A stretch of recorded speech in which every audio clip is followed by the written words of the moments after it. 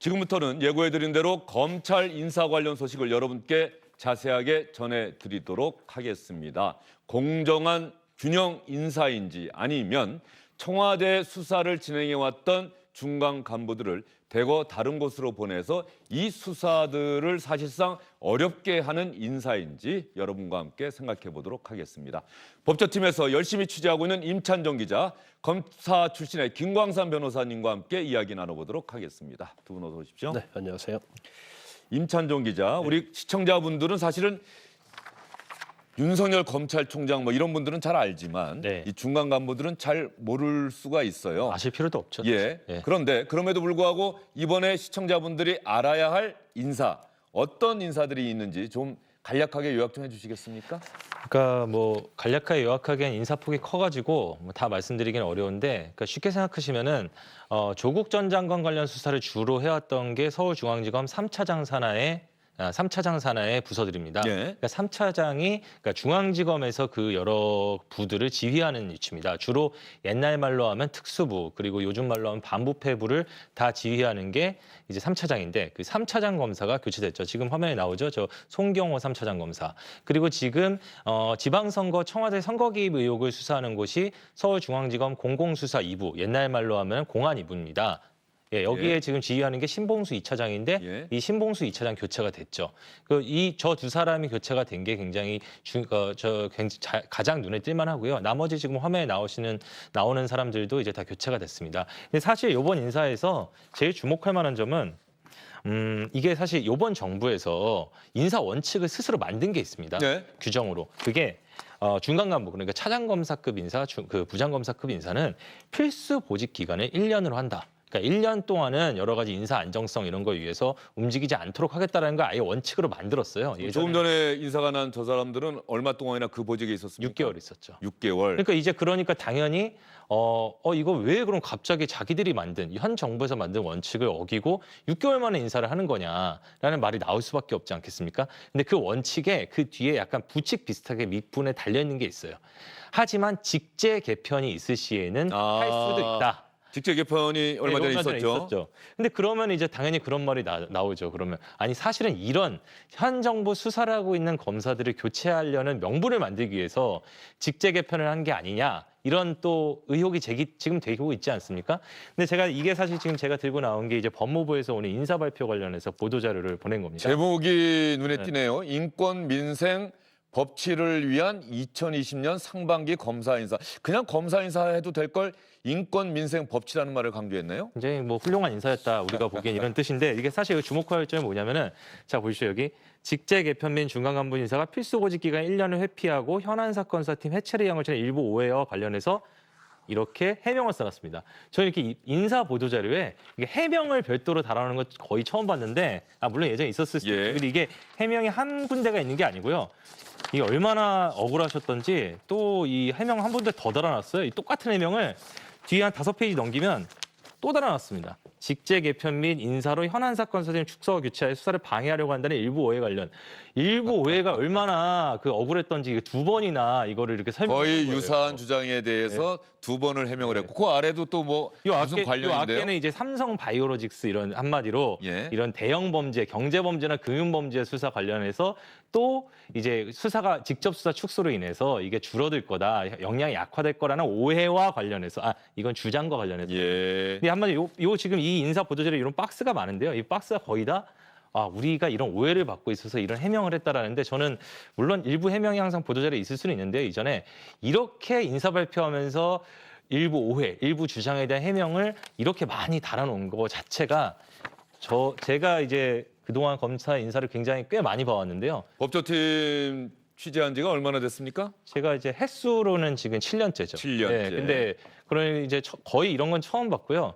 그러니까 법무부 스스로도 이게 오해든 의혹이든 비판이든 굉장히 논란이 많은 인사라는 거는 스스로 인식하고 있다라는 증거를 보입니다. 알겠습니다. 임찬종 기자가 사실 임찬정 기자가 안 나왔으면 이런 설명을 여러분께서 아마 못 들으셨을 겁니다. 법무부의 보도자료에 이러저러한 오해와 관련해서 이번 인사에 대해서 직접 해명하는 글을 상당히 여러 군데 담아놨다. 지금 보기에도 한 3군데다가 그렇게 해명을 담아놨는데 말이죠. 이 부장검사급은 제가 간단하게 설명을 드리겠습니다. 부장검사도 인사가 났는데 이번 수사와 관련해서 조국 일가 수사를 담당했던 고용곤 2부장은 대구지검 반부패 수사부장으로 자리를 옮겼고요. 하명 수사 의혹을 담당했던 김태훈 공공수사 2부장은 유임이 됐고 이정섭 서울 동부지검 유재석 감찰무마 의혹 사건 수사에 왔는데 부장은 유임이 됐습니다. 차장 검사들은 다 지청장 발령 나고 부장 2사람은 유임이 됐고 이건 또 어떻게 봐야 되는 겁니까? 그러니까 한마디로 뭐 인사 컨셉이 보니까 부장은 놔두고 차장과 대검 참모들은 다 교체한다. 이게 이제 현 정부 수사와 관련된. 그럼 어떻게 되는 거냐면요. 자, 조금 일반 시청자분들을 위해서 프로세스를 네. 설명을 드리면 자, 주인 검사가 있습니다. 요즘에는 근데 주인 검사 큰 의미가 없고 평검사 여러 명이 한꺼번에 수사를 합니다. 근데 이 평검사가 있고 그 위에 부장검사가 있어요. 여기까지는 어느 정도 수사팀 유지가 되는 겁니다. 근데 그 위에 결제 라인이 어떻게 되냐면은 차장검사, 서울 뭐 여기 동부 같은 경우는 검사장이 있지만 어쨌든 간략하게 말하면 서울중앙지검장, 그 다음에 이 서울중앙지검장이 대검에 의견을 내면은 대검 참모들이 그걸 받아서 그거를 총장한테 보고하고 그럼 서울중앙지검장과 대검 참모와 뭐 때에 따라서는 서울중앙지검 차장검사까지 불러서 총장이 상의를 해서 의사결정합니다. 그런데 한마디로 윤석열 총장이 있고 수사팀 부장검사에 의한 부장검사, 평검사는 그대로 남겨놨는데 중간에 있는 차장검사, 대검 참모급 평검사, 차장검사, 부장검사, 그다음에 검사장급 참모 이 중간 부분을 싹 바꾼 거예요. 그러니까 근데 이게 실제로 어떻게 나타나고 있냐면은 어젯밤에 검찰에서 어떤 일이 있었냐면 자 이제 인사가 이번에 난 송경호 차장검사가 최강욱 그 청와대 공직기강 비서관 기소해야 됩니다. 서울중앙지검장님 새로 오시기 전에 이미 기소하기로 다 결정이 돼 있었고 총장님도 기소하라고 합니다. 근데 왜 결재를 안 해주십니까? 네. 하고 들어가서 항의를 했단 말이에요. 송경호 차장도 그랬고 고용곤 부장도 그랬고. 근데 이제 근데 이 중간 과정 결제가 계속 안 되고 있었던 거죠. 일주일간. 그래서 결과적으로는 조금 전에 오늘 오전에 공소장이 법원에 접수가 됐거든요. 최강욱 공직기강 비서관에 대해서. 서울중앙지검장이 결재 안 했는데 어떻게 기소가 된 겁니까? 근데 이제 전결로 처리를 했다는 거죠. 이제 차장검사 전결로. 근데 이게 상당히 나중에 논란이 될 수 있는데 이게 상당히 예전 같으면은 예전에 이 전결로 접수한 것 자체가 예전에 기억하실지 모르겠는데 2013년 윤석열 검사가 국정원 댓글 수사 사건 때 결정적으로 징계를 받은 사연은 사실 이거였어요. 왜냐하면 위에 결재 안 했는데 왜 공소장 변경을 했냐, 이거 공소장 접수를 했냐 비슷한 예. 말을 한 거였는데 지금 이거는 총장이 오케이를 한 사안이란 말이에요. 그러니까 이게 상당히 좀 거의 사실상 처음 보는 사안이라서 총장이 하라고 했는데 서울중앙지검장이 하지는 결재를 안 하고 밑에선 또 하겠다고 하고 이런 상황 자체가 사실상 거의 처음 있는 사안이라 이게 앞으로 어떻게 될지는 모르겠습니다. 근데 제가 지금 말씀드리고자 하는 거는 이런 상황이 이제 앞으로 계속해서 벌어질 일이라는 거죠. 수사팀에서 부장검사 이하가 어떻게 했는데 총장은 수사팀과 의견이 같아도 지금까지 나온 걸로 봐서는 추측컨대 앞으로 차장검사급 이상 대검 참모들은 의견이 다를 가능성이 굉장히 많단 말입니다. 그러면은 계속 이런 일이 앞으로 벌어질 가능성이 상당히 많게 되겠죠. 그러면 김광선 변호사님께서 보시기에 앞으로 청와대와 관련된 수사 어떻습니까? 수사팀은 거의 그대로 유지가 됐다고 하는데 차장검사가 바뀌고 대검 참모, 검사장급 참모들도 바뀌고 이렇다고 한다면 그 수사가 잘 진행이 되겠습니까? 아니면 삐걱거릴 수밖에 없는 겁니까? 아니 삐걱거리고 이제 수사하기가 쉽지 않죠. 그러니까 사실 일반적으로 이제 수사를 할 때는 더는 이제 중요한 사건 같은 경우는 이제 주인 검사나 밑에 있는 평검사들이 독단적으로 하지 못해요. 이미 보고를 하고 수사를 시작하는 게 일반적인 거거든요. 그런데 일단 이제 수사 중에서 이제 조 전 장관과 관련된 수사는 거의 마무리가 돼서 기소가 됐지 않습니까? 이제 뭐 사실상 그렇죠. 재판이 이제 단지 이제 남은 감찰 거겠죠? 무마 관련해서 이제 백운우 전 비서관을 기소하느냐 하지 않느냐 이제 이 부분 남아 있고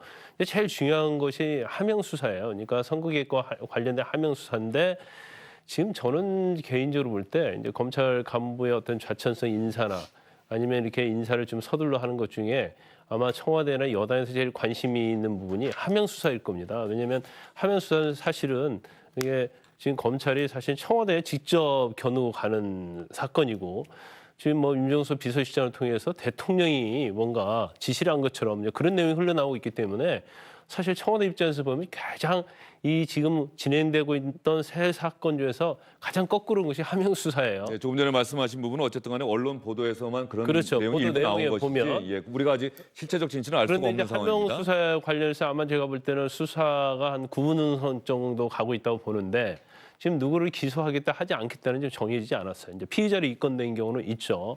그런데 지금 이번에 그 최강욱 그 비서관과 관련돼서도 공직기관 비서관과 관련해서도 사실 이성윤 지검장이 계속 이제 결재를 안 하고 있었거든요. 그렇지만 결국은 이제 기소를 총장의 지시에서 기소가 됐는데 아마 이런 일이 계속 반복될 가능성이 크다. 저는 그렇게 봅니다. 그런데 이전에 비해서 더 이제 수사 검사가 좀 위축될 수 있는 부분은 이제까지는 뭐 지난번 검찰 고위 인사 다음에 중앙지검장 한 명이 방어 전략을 쳤는데 이제 차장들이 와서 차장까지 방어 전략을 치면 사실 윤석열 총장까지 직접 갈 수 있는 그 퇴로가 막힌다고 볼 수가 있어요. 통로가 막혀버리는. 예, 예. 예. 그러면 사실 이제 수사하는 입장에서도 의지가 좀 꺾인다고 볼 수가 있고 향은 모르겠어요. 이제 밑에 있는 수사하는 검사들이 계속적으로 의지를 가지고 소신을 가지고 수사를 어떻게 할지는 모르겠지만 수사 자체는 뭐 아주 정상적으로 이루어지기는 굉장히 힘들 것이다 이렇게 봅니다. 예, 이것과 관련해서 말이죠. 지금 검찰의 그 수사팀들의 내부 분위기는 어떻습니까? 사실 내부 분위기는 오늘 인사가 났기 때문에 저도 아직 접촉을 못 해봤고 뭐 사실 요즘에는 피의사실 공표 막내 훈령 때문에 접촉이 어렵습니다. 그렇기 때문에 그건 뭐 제가 수사팀 내부 분위기는 잘 모르겠는데요. 제가 일반 시청자분들이 이해하기 쉽게 간단하게 말씀드리겠습니다. 그냥 내가 일반 회사원입니다. 그냥 평범한 회사원이에요. 평사원인데 무슨 프로젝트를 하고 있었습니다.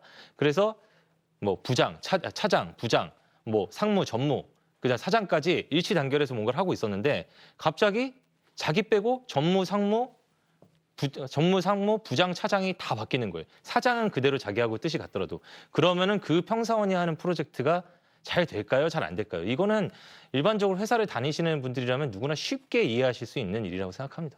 아, 그리고 아까 임찬용 기자가 그 보도자료 간략하게 네. 보여주셨는데 네. 법무부는 그래서 뭐 직제 개편을 해서 네. 이 인사를 보직기간 1년을 네. 지켜주지 않은 데 대해서 그런 오해에 대해서 뭐라고 해명을 한 겁니까? 자, 직제 개편은 요번에 막 갑자기 한 게 아니라 작년 10월부터 박상기 전 장관, 작년 10월이니까 조국 전 장관이 있을 때부터 시작이 됐던 거다.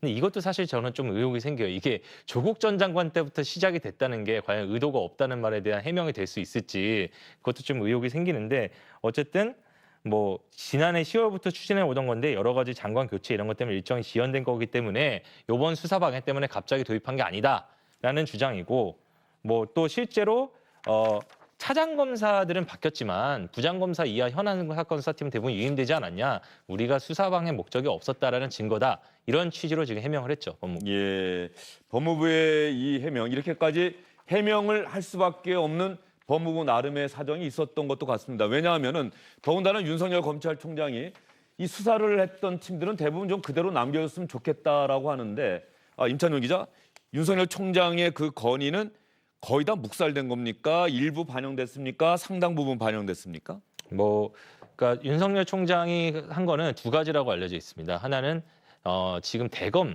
왜냐하면 기본적으로 예전에도 대검 참모에 대한 인사권은 법무부에서 거의 대부분 검찰총장의 몫을 존중해줬습니다. 왜냐하면 검찰총장이 자기 참모로 수직으로 부릴 사람이기 때문에 검찰청법에도 의견을 들으라는 말이 있기 때문에 아무리 법무부 장관이 힘이 강하고 검찰총장이 좀 허약한 상황이라도 적어도 대검 참모에 대해서는 대부분 검찰총장의 의견을 들어줬는데 이번에는 그래서 윤석열 총장의 의견이 대검 참모는 좀 교체하지 말아달라 했는데 완전 그건 무시됐죠. 다 교체했죠. 거의 대부분. 그 주요 부서는. 그리고 이제 윤석열 총장은 주요 사건 수사를 하고 있는 차장검사급, 부장검사급들을 유임시켜 달라라고 했는데 그중에 일부만 들어준 거죠. 차장검사는 다 교체하고 부장검사는 유임시키고 이런 상황으로 보시면 될 것 같습니다. 그렇다고 한다면 역시 검찰은 수사로 이야기를 하고 법무부 장관은 인사로 이야기한다. 이런 검찰 안팎의 격언이 이번에 그냥 그대로 단적으로 보여진 사례입니까?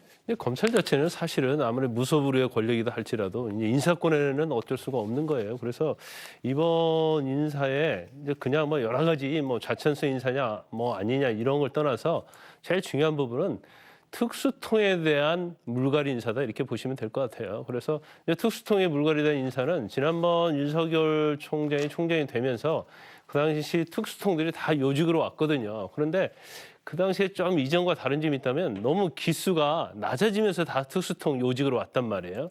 그러다 보니까 약간 검찰 내 불균형이 있는 건 맞습니다. 하지만 지금 인사 자체가 뭐 언론에서는 윤석열 총장이 의견이 어느 정도 반영된 게 아니냐 그렇게 보는 시각이 있는데 저는 그렇지 않다고 봐요. 예. 일단은 대검 차장급들이랄지 서울지검 차장급들은 다 바뀌었잖아요. 그런데 이게 사실 윤석열 라인, 윤석열 사단에 속하는 사람들이고 그다음에 이제 부장이나 그다음에 평검사 수사팀들은 그대로 있는데 그 이유는 뭐 여러 가지가 있겠지만 대체할 인력과 문제도 있고요. 그다음에 서울중앙지검은 중앙지검에서 평검사들은 거기서 근무하는 연수가 있어요. 뭐 2년 6개월. 그래서 사실은 그거에 반해서 발령을 낼 수가 없어요. 그러다 보니까 이러한 직제 개편과 관련된 부분이랄지 아니면 검사가 임기의 어떤 연한, 그러니까 어느 청에 근무할 수 있는 연한 이런 것들이 복합적으로 작용해서 고려하다 보니까 결국 수사팀이 남게 된 거라고 보고 그다음에 뭐 사실 일단 뭐 차장급하고 위에급들이 다 바뀐 상태이기 때문에 밑에서 이제 수사는 거의 마무리돼가는 상황에서 이 정도의 어떤 검찰 인사 자체는 물론 한편으로 보면 좀 무리하지 않다고 볼 수도 있지만 결과적으로 뭐 추미애 장관이 생각하는 인사는 거의 다 완성이 됐다 저는 그렇게 봅니다. 지금 그 김광선 변호사님이 하신 말씀 중에 법무부 보도자를 보면 또 재밌는 부분이 있습니다. 네. 말씀하신 대로 지난번 인사가 좀 특정 보직 경력 그러니까 한마디로 특수통들 너무 지나치게 우대했던 인사이기 때문에 그걸 바로잡는 인사다라는 말을 법무부가 실제로 보도자료를 통해서 했는데요. 지난번 인사는 총장이 한 겁니까? 법무부 장관이 한 겁니까? 아니 기본적으로 총장의 의견을 들어서 법무부 장관이 한 거고 사실 결정적으로 청와대가 한 거죠. 예. 청와대가 한 건데 그리고 이제 다만 이번과는 전혀 다르게 그때는 윤석열 총장의 의견이 많이 반영됐다고 봐야죠. 청와대가 그걸 많이 들어줬다고 봐야죠. 법무부 장관이나. 근데 어떤 표현을 썼냐?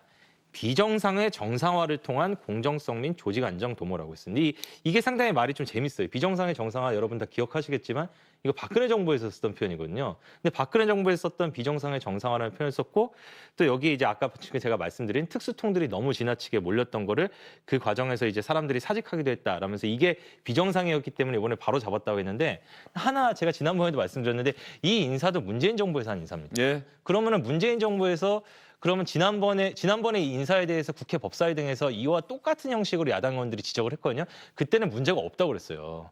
그때는 뭐 좀 그런 면이 있을 수도 있지만 다 적재적소에 배치했습니다. 이런 식으로 대답했거든요. 근데 갑자기 그럼 왜 갑자기 6개월 만에 보도자료까지 이건 비정상의 정상화입니다라고 말할 정도로 사정이 변경되어야 될 이유가 뭐가 있었는지 이거에 대해서는 뭐 시청자 여러분들도 짐작하실 수 있는 부분이 있다고 생각합니다. 예, 알겠습니다. 그러면 이번에도 인사를 하기 전에 청와대에서 이른바 검증 절차 같은 거는 진행을 했습니까? 법무부나 청와대에서 하는 거 아닙니까 원래? 검증 절차를 했죠. 그리고 심지어 어제 윤도한 국민소통수석이 지금 검찰의 수사를 받고 있는 오늘 좀 전에 기소가 됐죠. 최강욱 청와대 공직기강 비서관의 입장을 대신 전달하면서 그 얘기를 실제로 했어요.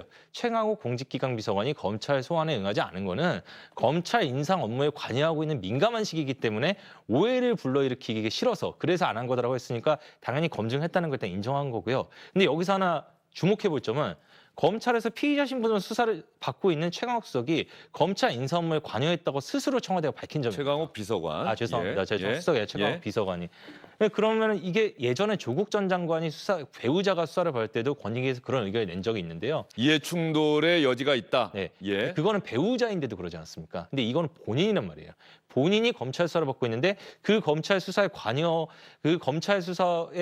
관여하고 있는 간부들에게 영향을 미칠 수밖에 없는 검찰 인사에 관여를 했다. 나중에 정확히 어떻게 했냐면 인사 검증 승진자라든가 이런 사람들이 인사 검증에 관여했다는 건데 이거는 계속 논란을 불러일으킬 수밖에 없는 영역인 것 같습니다. 예, 그러면 여기서 저희가 준비한 영상 하나 보고 이야기를 이어가도록 하겠습니다. 최강욱 비서관과 검찰 사이에 일종의 진실 게임 같은 것들이 벌어지고 있습니다. 최강욱 비서관은 나는 피의자 신분인지를 전혀 몰랐다. 참고인으로 나는 알고 있고 검찰에서 단 한 차례도 나보고 피의자라고 알려준 적이 없다. 이렇게 이야기를 하고 있는데 이 영상 보고 나서 이야기를 이어가도록 하겠습니다. 고등학생 인턴 증명서라는 게 별것이 아닙니다. 어느 기관에서나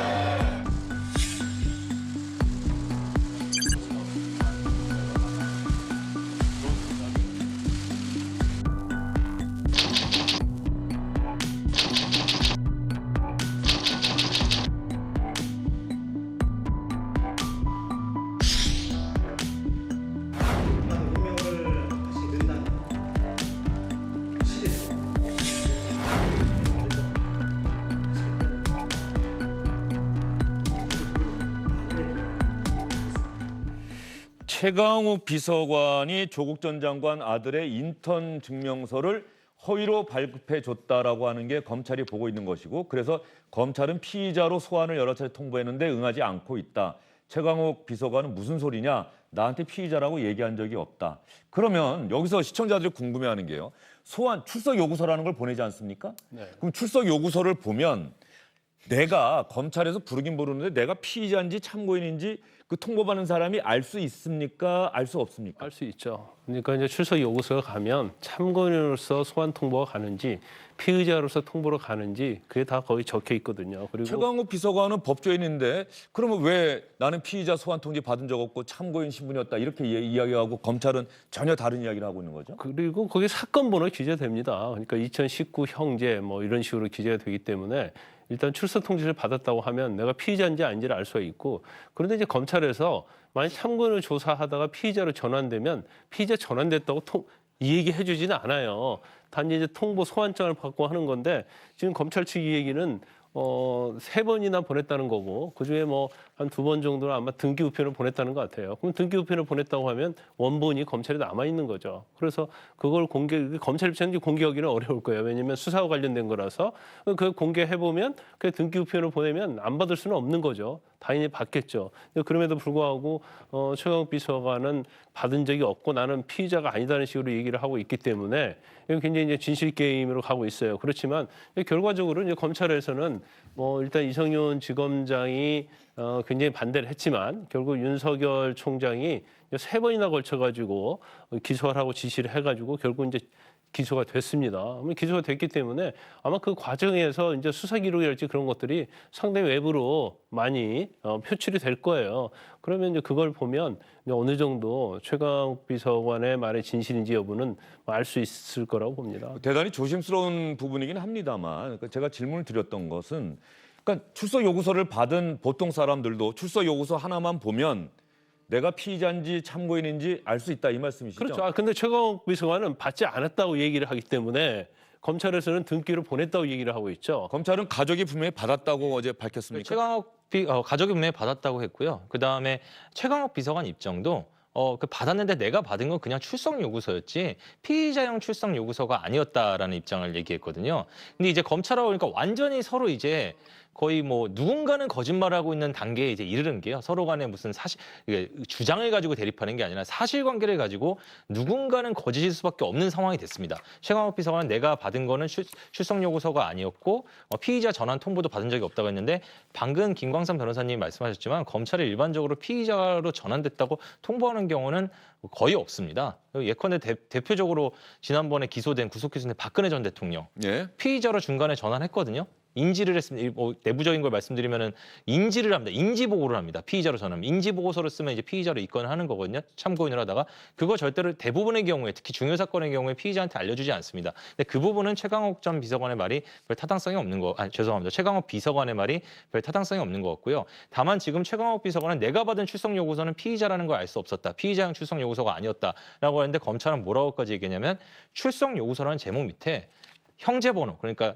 피의자로 입건됐으면 알리는 사건 번호가 적혀 있고 심지어 그 출석 요구서의 내용 중에 보면은 미란다 원칙 그러니까 묵비권을 행사할 수 있다는 내용 그리고 계속해서 출석을 거부하면 체포될 수 있다라는 내용까지 써놨다. 근데 최강욱 비서관이 변호사고 군 검찰 출신으로 너무나 수사 실무를 잘 아시는 분이 그걸 보고서 자신이 피의자인지 몰랐다. 피의자용 출석 요구서인지 몰랐다라는 거는 말이 되지 않는다. 이렇게 주장을 하고 있기 때문에 검찰은 그렇게 주장을 하고 있고 최강욱 비서관은 나는 분명히 그런 통보를 받은 적이 없고 피의자로 출석하라고 하는 통보는 더더욱 받은 적이 없다. 그런데 이제 피의자로 소환을 통보를 받았던지 아니면 참고인의 통보를 받았던지 이제 본인 나가서 조사를 받는 게 맞지 않겠어요. 더군다나 청와대 공직기관 비서관의 자리는 공직 아닙니까? 그러면 검찰이 받아야 하는 게 맞고 본인은 굉장히 억울하다. 검찰이 짜맞추시 수사를 하고 있다 이렇게 얘기를 하고 있는데 그렇다고 하면 더 나가서 그냥 본인 얘기에 의하면 검찰이 오해를 하고 있는 거 아니었어요?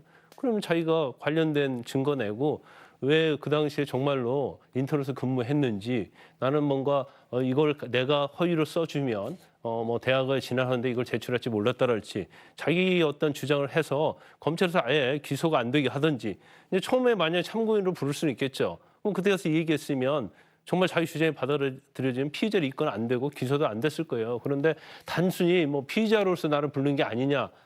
참고인을 부르냐 이건 별로 중요하지 않다는 거죠. 예, 그리고 일단 뭐 알겠습니다. 피의자로 소환 통보했는지 안 했는지 이 진실 게임도 조만간에 아마 사실관계는 드러날 것으로 보이고요. 검찰이 적용한 업무방해 혐의, 허위 인턴 증명서 발급, 분명히 인턴으로 근무했다는 최광욱 비서관과 인턴으로 근무하지 않았는데 허위로 증명서를 발급했다는 검찰의 주장, 그 사실관계는 재판을 통해서 가려질 것으로 보입니다. 한 가지만 짚고 넘어가죠, 변호사님. 네. 그런데 어제 국민소통수석이 최광욱 비서관을 대신해서 브리핑을 했고요.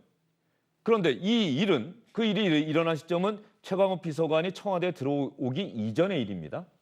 그래서 국민소통수석이 그 브리핑을 대신한 것이 과연 적절하냐 이런 논란도 충분히 생길 것 같은데. 근데 윤도한 청와대 국민소통수석은 어떻게 보면 대통령 대신해서 말하는 그러한 지위에 있는 거 아니겠습니까? 그런데 지금 최광욱 비서관이 혐의를 받고 있는 내용이 공직기강 비서관을 들어오기 전의 일이에요. 그러니까 현재 청와대와 관계에 있다고 한다면 뭐 경우에 따라서는 국민소통수석이 이 얘기를 할 수 있다고 봅니다. 그런데 청와대 들어오기 전에 범죄 혐의와 관련된 거고 또 검찰에서 수사한 내용 아니겠어요? 이걸 왜 국민소통수석이 이걸 대면하면서 발표하는지 그건 굉장히 좀 부적절하다고요. 그러니까 아마 뭐 같이 청와대에 근무하니까 친할 수는 있겠죠. 근데 이제 공과 사는 반드시 구분을 해야 한다는 거예요. 예를 들어서 최광욱 비서관이 전에 어떤 범죄 혐의를 했어요. 청와대 들어오기 전에. 예를 들어서 누구 길거리에서 싸웠어요. 근데 나는 때린 적이 없다고 억울해 한다고 하면 그럼 국민소통수석이 나와서 그래 때리지 않았는데 검찰이 무리하게 수사한다.